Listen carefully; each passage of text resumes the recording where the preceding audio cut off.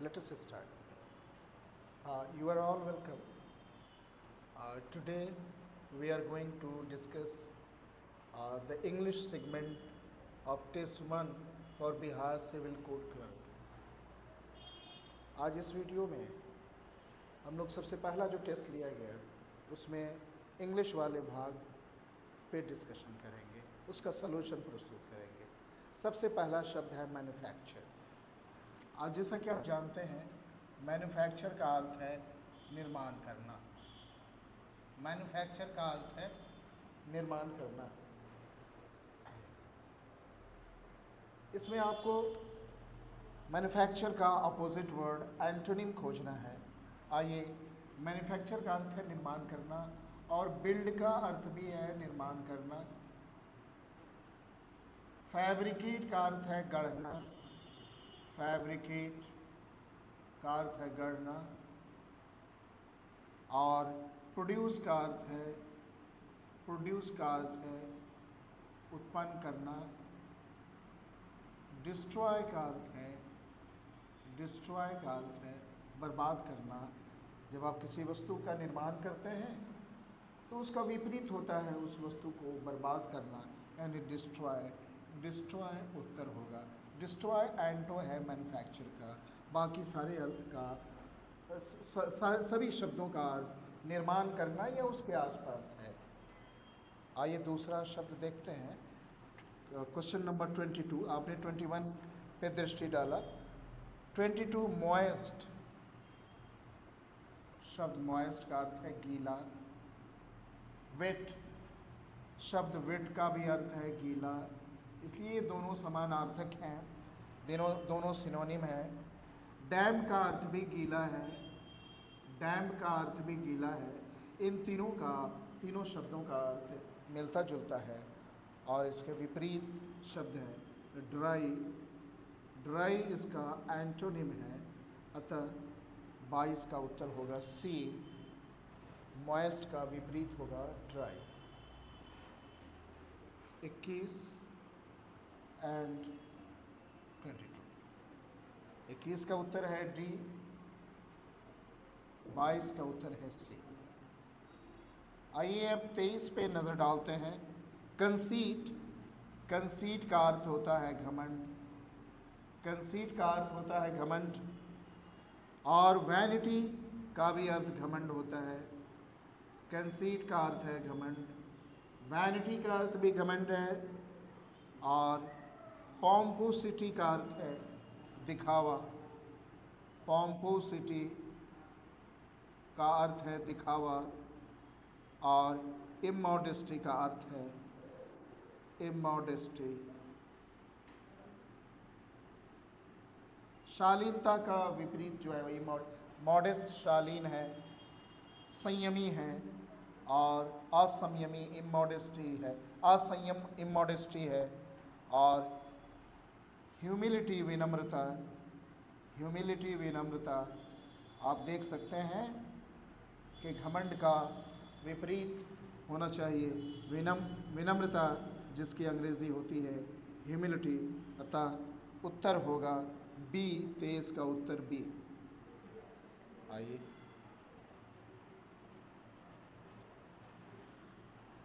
One word substitution का section देखा जाए। Question number 24।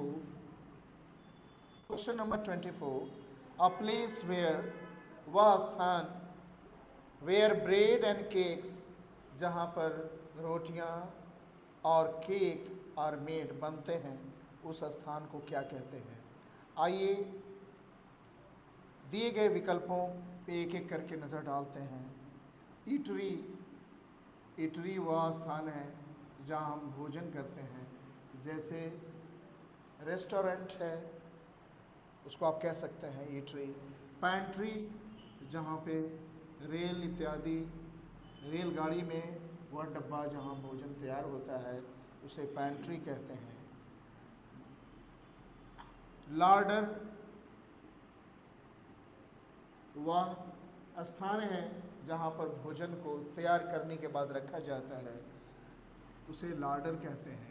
वह स्थान जहाँ हम खाते हैं ईटरी है, वह स्थान जहाँ पर भोजन बनता है वहाँ उसे पैंट्री कहते हैं, और वह स्थान जहाँ पर भोजन रखते हैं उसे लार्डर कहते हैं, और बेकरी वह स्थल है जहाँ पर रोटियां, ब्रेड और केक इत्यादि बनता है, उसे बेकरी कहते हैं।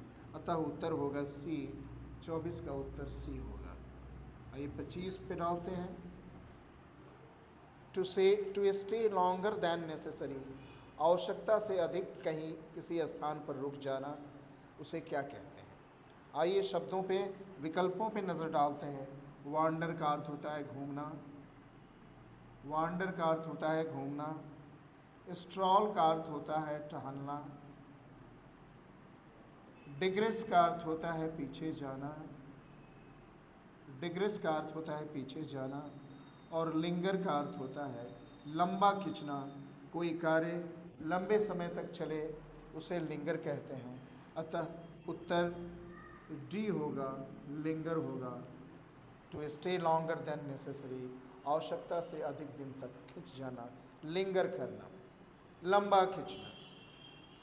Have a look at the question number 26।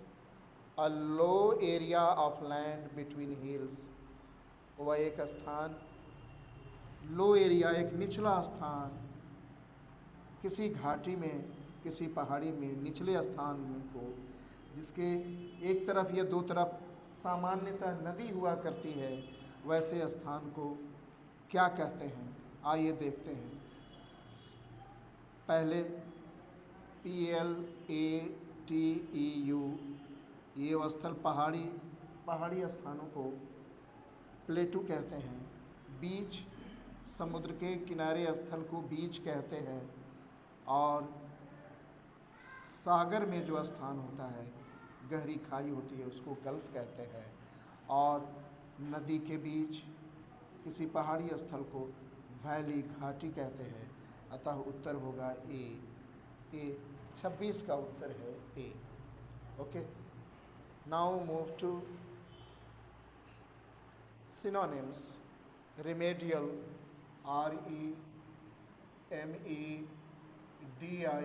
REMEDIAL, इसको सरल भाषा में हम इलाज कह सकते हैं, उपाय कह सकते हैं। अब आइए इससे समानार्थक शब्द खोजना है। रिमेडी यानी बीमारी को ठीक करना या खराबी को, किसी कमी को ठीक करना, त्रुटि को ठीक करना। रिमेडियल, अब देखिए, हार्मफुल हानिकारक।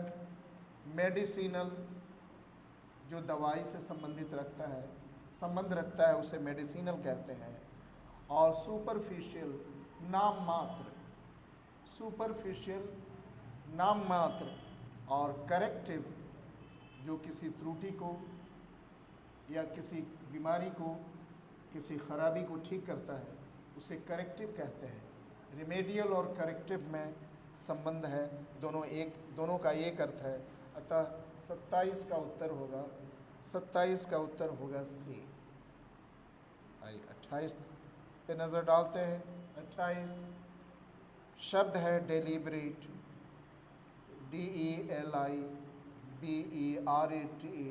डेलिब्रेट का अर्थ होता है, जब ये एडजेक्टिव होता है तो इसका अर्थ होता है जानबूझकर। डेलिब्रेट मीन्स जानबूझकर। आइए विकल्पों पे देखते हैं कि कौन सा विकल्प समान अर्थ रखता है।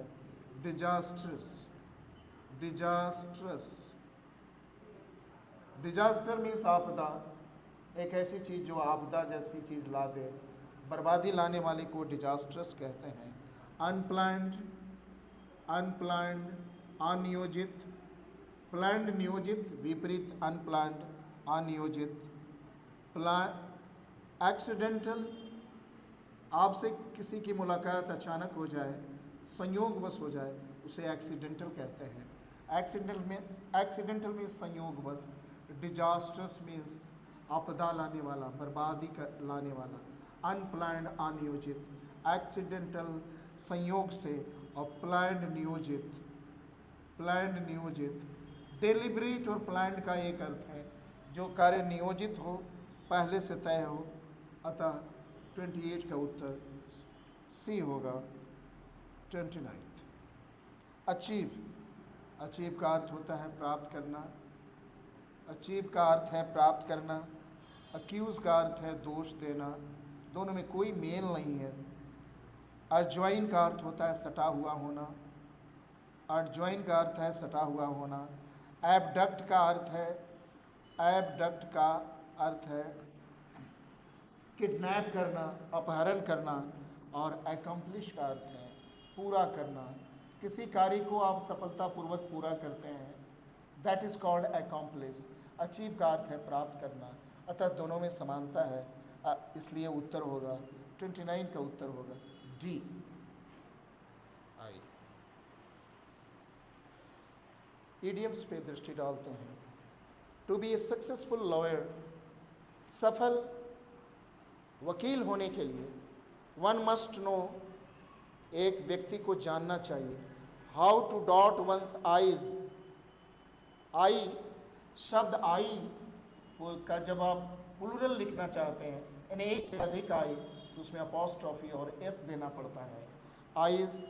एंड क्रॉस वंस टीज, उसी प्रकार से टी में अपॉस्ट्रॉफी देकर एस लिखते हैं। Cross dot one's i's and cross one's t's का अर्थ है सावधानी पूर्वक कार्य करना। अतः आप एक सफल लॉयर होना चाहते हैं तो आपको सावधानी पूर्वक कार्य करना पड़ेगा। कैसे कार्य किया जाए सावधानी पूर्वक, ये आपको जानना पड़ेगा। अतः इसका उत्तर होगा to do something very carefully. अन्य विकल्पों को भी देख लेते हैं। 30 का उत्तर होगा D, 30 D. Complete one task at a time, किसी अपने कार्य को एक समय में पूरा करना। राइट ग्रेट लेटर्स, बहुत महत्वपूर्ण पत्र लिखना। Deal with paper work, paper work करना। और सही इसका उत्तर है to do something very carefully. Let us have a look at the next question 31। Let me read out. Her father strained every nerve, उसके पिता ने हर सख्त प्रयास किया, हर संभव। स्ट्रेन एवरी नर्व का अर्थ होता है भरसक प्रयास करना, कठिन प्रयास करना, कठिन मेहनत करना। To enable her to get settled in life, उसको जीवन में सेटल करने के लिए, स्थापित करने के लिए उसके पिता ने बहुत कड़ी मेहनत की। आइए देखते हैं विकल्पों को। वर्क वेरी हार्ड, ये मेल खाता है इस इडियम से, अतः 31 का उत्तर होगा ए। अन्य विकल्प को भी देख लें। स्पेंट अ ह्यूज अमाउंट, ज़्यादा पैसा खर्च करना। ट्राइड ऑल ट्रिक्स, सभी ट्रिक का इस्तेमाल करना। ब्राइब सेवरल पर्सन्स, कई लोगों को रिश्वत देना। मेल नहीं खाता है इडियम से। आइए 32। Have a look eight 32nd। He turn up his nose at my offer, जो मैंने उसे प्रस्तुति की, जो सामने उसके सामने मैंने ऑफर रखा, उस पर उसने क्या किया, उसको तिरस्कार की दृष्टि से देखा। किसी चीज़ को तिरस्कार की दृष्टि से देखने को टर्न अप वंस नोज कहते हैं। टर्न अप वंस नोज का अर्थ है तिरस्कार से देखना। आइए विकल्पों को देखते हैं। Was taken aback bye my offer, taken aback का अर्थ होता है, टेकन अबैक का अर्थ होता है अचंभित हो जाना। Found it hard to believe my offer, मेरे ऑफर पे विश्वास नहीं कर सका। और treat my offer with contempt, हमारे प्रस्तुति को उसने हे दृष्टि से देखा। सी उत्तर होगा। और डी का अर्थ देखते हैं। Could not accept my offer, मेरा प्रस्ताव स्वीकार नहीं कर सका। आइए फिल इन द ब्लैंक्स पे दृष्टि डालते हैं। वी हैड मनी लेफ्ट, हम लोगों के पास पैसा बचा था। So we went out for a meal, इसलिए हम लोग खाना खाने गए। अगर जेब के में आपकी इतना पर्याप्त पैसा है कि आप कुछ कार्य कर सकते हैं तो उसके लिए क्या प्रयोग होना चाहिए। जैसा कि आप जानते हैं आ लिटिल का अर्थ होता है थोड़ा सा, थोड़ा सा, थोड़ा सा सकारात्मक अर्थ में थोड़ा सा, और लिटिल का अर्थ होता है थोड़ा नकारात्मक अर्थ में। जब ना के बराबर पैसे हों तो लिटिल का प्रयोग होगा। और जेब में इतना पैसा है कि भोजन किया जा सकता है, सकारात्मक अर्थ रखता है, इसलिए आ लिटिल का प्रयोग होगा। So we went out for a meal, decided to abandon our trip, और हम लोगों को निर्णय किया कि हम अपनी यात्रा को समाप्त कर देंगे। As we had little money left, क्योंकि भोजन करने के बाद अब ना के बराबर पैसा बचा था, इसलिए यहाँ पर लिटिल का प्रयोग होगा, ना के बराबर, ना के बराबर। आ लिटिल कुछ, थोड़ा सा, कुछ पैसा था इसलिए भोजन करने चले गए और पैसा नहीं बचा, तब यह लिटिल हो जाएगा जब कुछ करने के लिए रहेगा। अतः उत्तर होगा D, D. Have a look at question number 34। With the changing times, बदलते समय के साथ, most of the students have, अधिकांश छात्रों ने,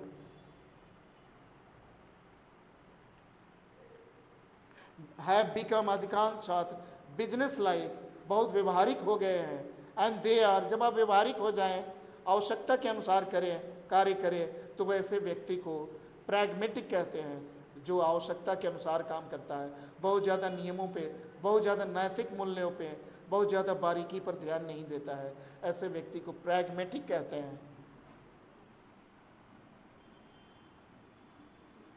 34 का बी उत्तर होगा, प्रैग्मेटिक। अन्य शब्दों को भी देख लेते हैं। आइडियलिस्टिक का अर्थ होता है आदर्शवादी, आइडियलिस्टिक, आदर्शवादी, सॉरी, आइडियलिस्टिक आदर्शवादी। पार्शियल का अर्थ होता है पक्षपाती, और इंथ्यूजियास्टिक, इंथ्यूजियास्टिक, उत्साही, उत्साही। अतः इसका उत्तर प्रैग्मेटिक होगा। Question number 35। She her breath, surprised by the suddenness of the question, she her breath, surprised by the suddenness, अचानक प्रश्न पूछा गया, उसके बाद क्या हुई, उसकी सांसें रुक गई, वह अचंभित हो गई। इसके लिए कैच वंस ब्रेथ का प्रयोग होता है, catch one's breath, catch one's breath का प्रयोग होता है। अतः उत्तर होगा, अतः उत्तर होगा 35 का बी उत्तर होगा। आइडियलिस्टिक, आदर्शवादी, शुक मीन्स हिल गया, और क्लिक्ड, आप जानते ही हैं किसी बटन के दबानों को क्लिक कहते हैं। Let us have a look at question number 36। Last week, पिछले सप्ताह, I saw a TV programme, मैंने एक टीवी प्रोग्राम देखा, अबाउट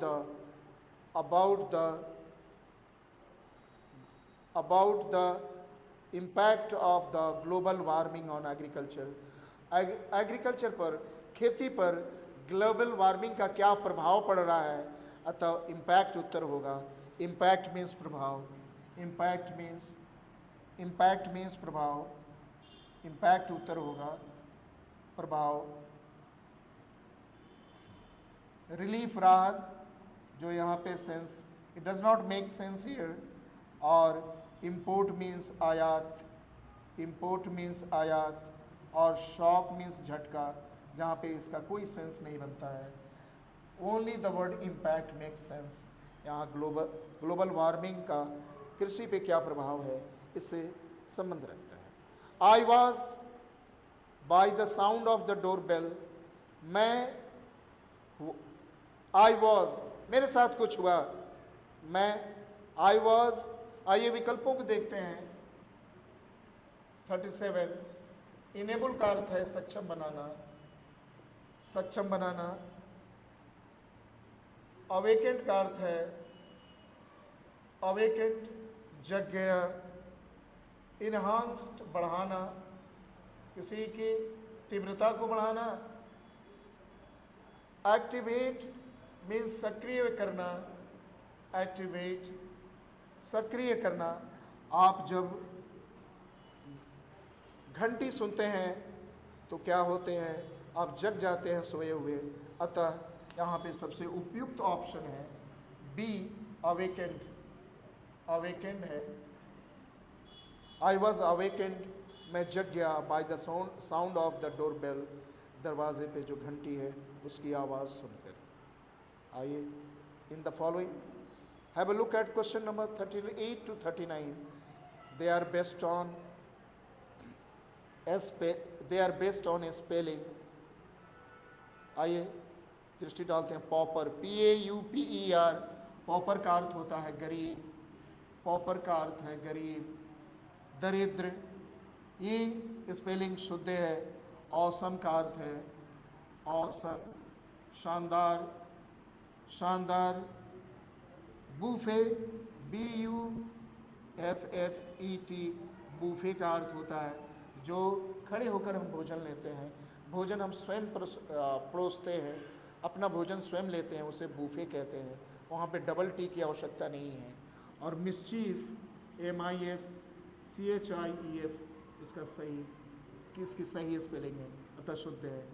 बूफे में एरर है, BUFFET होना चाहिए।